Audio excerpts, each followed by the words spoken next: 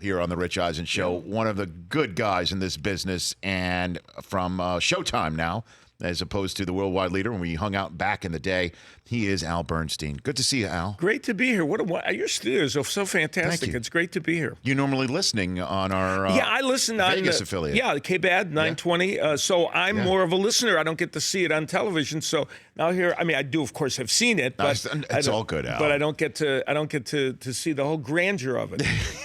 I love it. Grandeur is the way I look at it. How did you get involved in boxing? How did you first get started? That's interesting what you're saying. I wrote a book on boxing for beginners. It was called. I'd been an amateur boxer and I was writing, but I was in hard news. I was a newspaper editor, so I wasn't even doing sports. Hard news. Yeah, okay. I was the managing editor of a chain of newspapers, and somebody came to me and said, "We need you to write it. We need a book on boxing, and we know you boxed and you've written about boxing. And you've covered." I said, "Okay." Then when ESPN came along in and I covered. Fights for Boxing Illustrated and Ring Magazine and places like that. ESPN came along in 1980, and one of their stops was Chicago.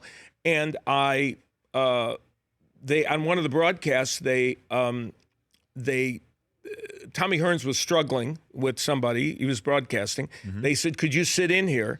Because I had helped them on broadcast, and I did. They liked what I did, and that was that. Off you go. So what was the first fight? I can tell you the name of the first fight. Jamie Olatunde and Mike Bradley. Now, I'm amazed I remember it, but it's always stuck in my mind because I'll never forget sitting there and doing it and saying, "I love this. I want to do this. I want to be a broadcaster the rest of my life." Well, I remember, the first fight I covered for ESPN was Holyfield Moore 2 in Las Vegas with you and John Saraceno, and I remember it was my first exposure to the boxing world and the boxing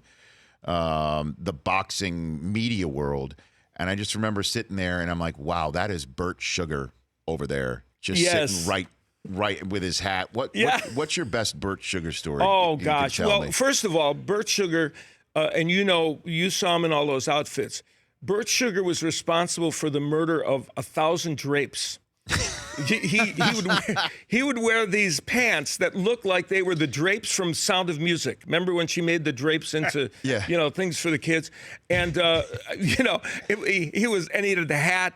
And Bert Sugar could drink more than any human that ever lived still function. Really? Yeah, and function. You'd be having a conversation with him, and you've just seen him put away, 8 drinks, and you're like, how are you even functioning or talking? When I first met Bert, I walked up to him and I'm introduced him. I'm like, "Hi, I'm Rich Eisen. I'm working with Al Bernstein." I know. I'm serious. I wanted to drop some names that you would know. I'm working with Al Bernstein. No, I'm serious. And John Saraceno, I'm part of the ESPN thing, and he says, "Nice to meet you." And I'm like, "Great to see you." And I'm great to see you in your full regalia, pointing to his entire wardrobe. And he goes, "Come on, I look like a Goodwill box threw up on me." Is what he said. That's what he said. He took that cigar out and he goes, "Come on, it looked like a Goodwill box threw up on me." It's fantastic. Bert was a character. Interestingly, he wrote as many books about baseball as he did about boxing. I did not know that. He was a prolific writer and was a baseball historian as well, and wrote many books about baseball. So he was a fascinating guy, a Wolverine who went to Michigan, University of Michigan. I never knew that about Bert Sugar. I'm here to Get help. out of here, Al. No, he was Wolverine. Wow. All right, I want to take a 60-second break, come back, and dive deep into this McGregor-Mayweather fight and what you think of it, and being a fight game guy for as long as you have, an International Boxing Hall of Fame analyst, Al Bernstein, here on the Rich Eisen Show. Back in 60 seconds with Al.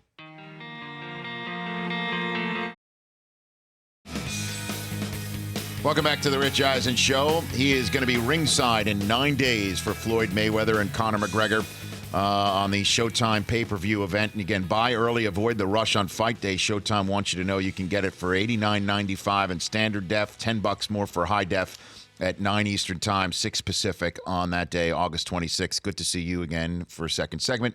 Al Bernstein. So, how do you categorize this?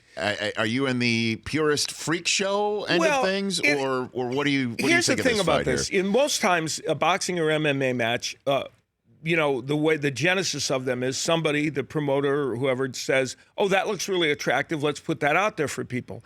This, and you assume or hope that they'll like it. This fight is more of an organic growth that came from people wanting it. And so they said, well, we have to make it.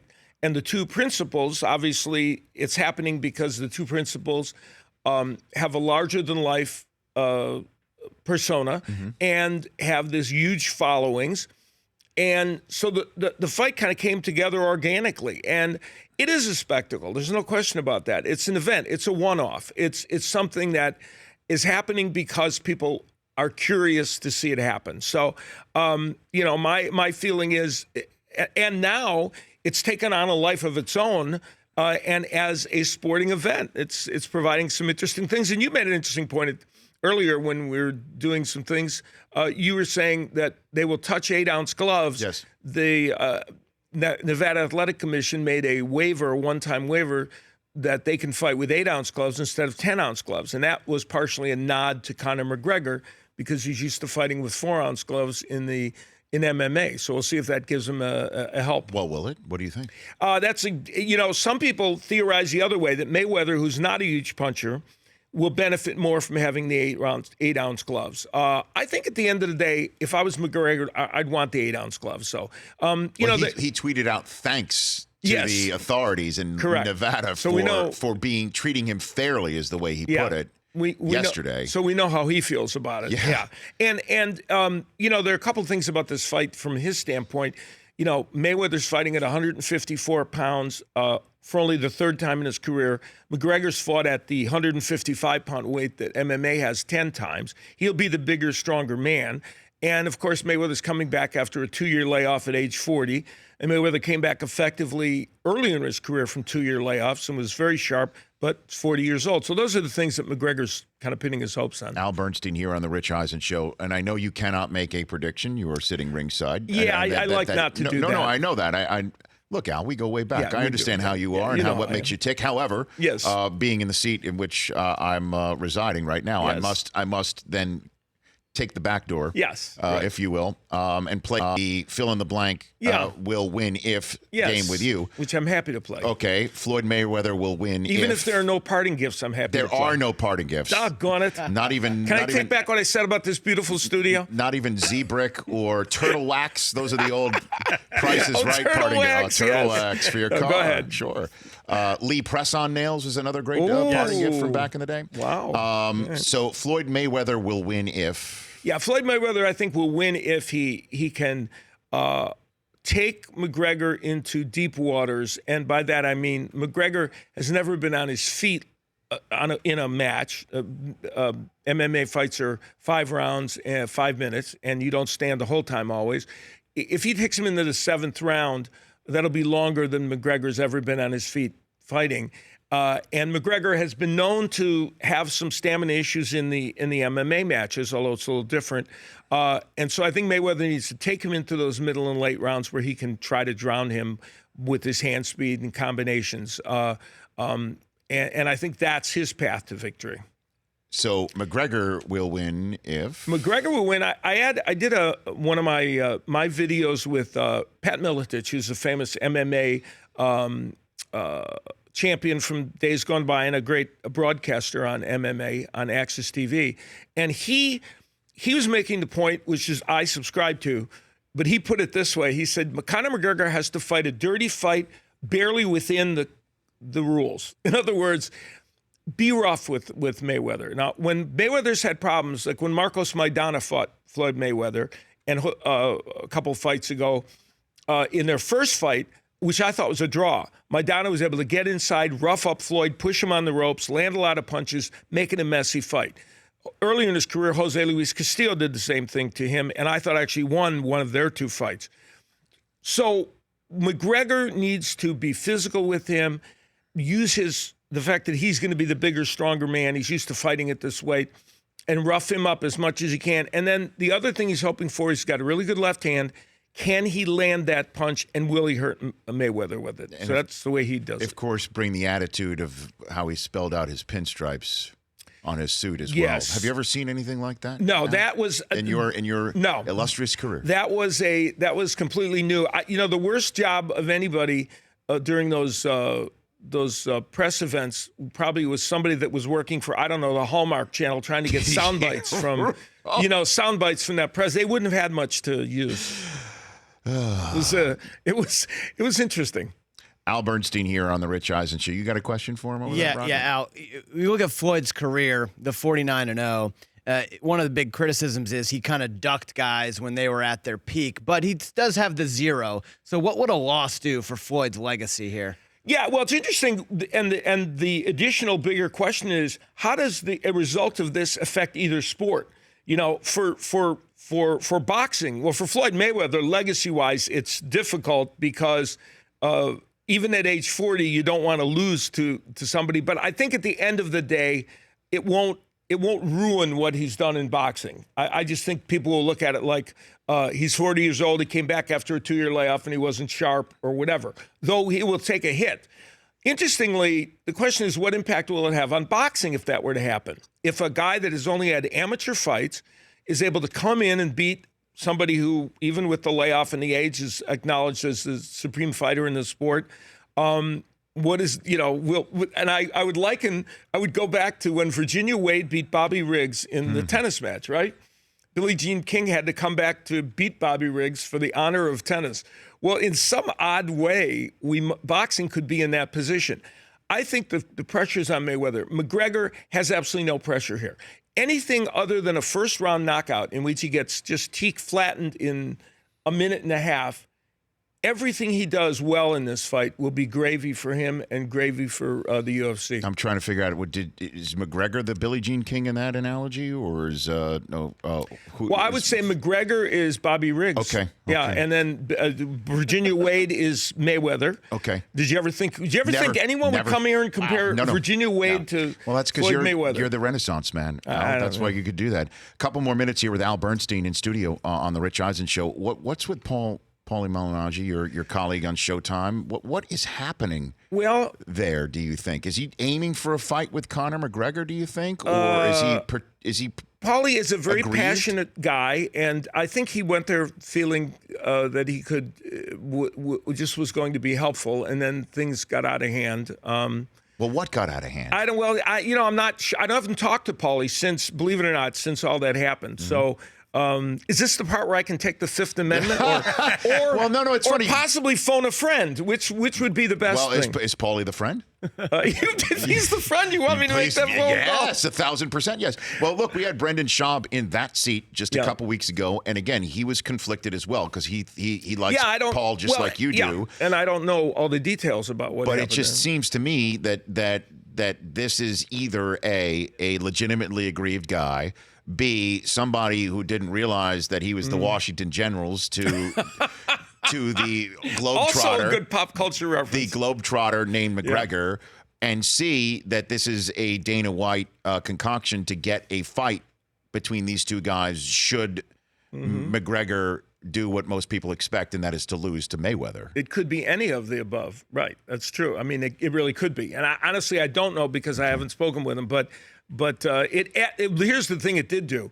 It added yet another spark to this event. It's just like the Super Bowl in a way that we're looking to fill the void with whatever storylines we are, because it's now 9 days until this is happening. That's a good analogy.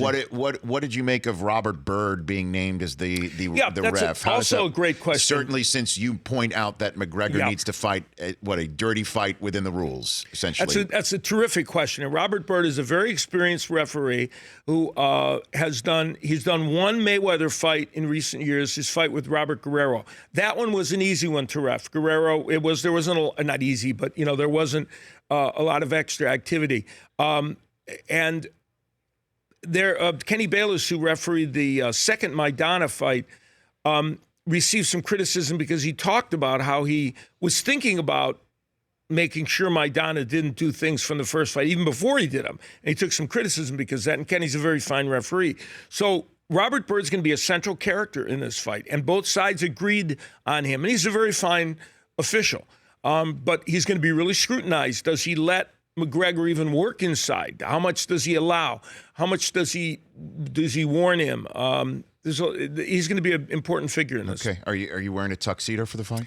Believe it or not, no. What the hell That's going to disappoint you, isn't it? What? I mean, I mentioned this in the television-only segment. I'll bring it here, Al, that I got to do fights with you, cover fights with you for the worldwide leader in sports after Charlie Steiner did his yeoman's work for all that time with you. Just at the time where ESPN management said you don't have to wear a tuxedo, and I thought, damn it, like, why am I covering boxing if I don't get to wear a tuxedo? You were bitterly disappointed. I was. Do you know the history of wearing tuxedos to fights? Yeah, I do. It happened in the when boxing was formed in England. They did it at gentlemen's clubs, and all the people in the gyms of the gentlemen's club, where all these guys, not the same meaning as today's gentlemen's clubs. Yes. And they would, I hasten to point out. Yeah, and they would all wear they would all wear tuxedos. Yes. And so it became a tradition later in boxing that ring announcers and then people doing TV would wear tuxedos. So you're not wearing a tux? I mean, this is not. This is a tux-worthy event. I would agree, but the Showtime decided that just nice suits would be the answer. Hell? Brockman. I don't know. I don't like it, Al. What the hell? You know what, You don't Al? like it one bit. I think you should wear one for us. Yeah. All right, maybe I'll see if I can sneak a tuxedo in for you. Well, we're not talking about like a Dumb and Dumber tuxedo. No, We're not right. like a powder, Something not a top hat and a powder blue. Yeah, something a little more shirt, a little more tasteful than that. Yeah. Well, I mentioned before we wore tuxedos on the ESPN boxing series, the Top Rank boxing series, 48 weeks a year, and I owned, when I was 30 years old, I owned no tuxedos. Mm-hmm. When I was 37 years old, I owned 12 tuxedos. And I'm like, there's something insane about that because, that and accessories. I currently have in my home 182 different accessories for tuxedos. You're the worldwide leader in cummerbunds, is that what you're saying? I am, yes. You know what? I'm going to use that from now on as a PR marketing tool. The worldwide leader in cummerbunds. I love it. Al Bernstein.